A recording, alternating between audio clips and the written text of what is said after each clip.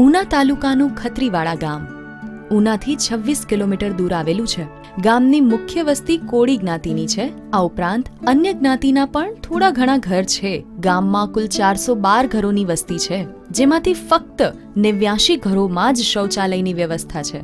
મિત્રો, કહેવાય છે ને કે અડગ મનના માનવીને હિમાલય પણ નડતો નથી. જો કોઈ સારું કામ કરવાની નેમ લઈએ તો ઉંમર ક્યારેય બાધા નથી બનતી.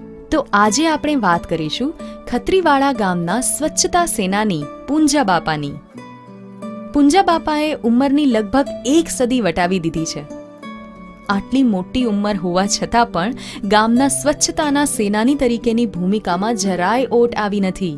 આજે પણ પુંજા બાપા ગ્રામજનોની મીટિંગ કરે છે અને તેઓને શૌચાલયનું મહત્વ સમજાવે છે. એટલું જ નહીં, તેઓ ઘરે ઘરે જઈને સ્વચ્છતાનો આ સંદેશો ગામ લોકો સુધી પહોંચાડે છે.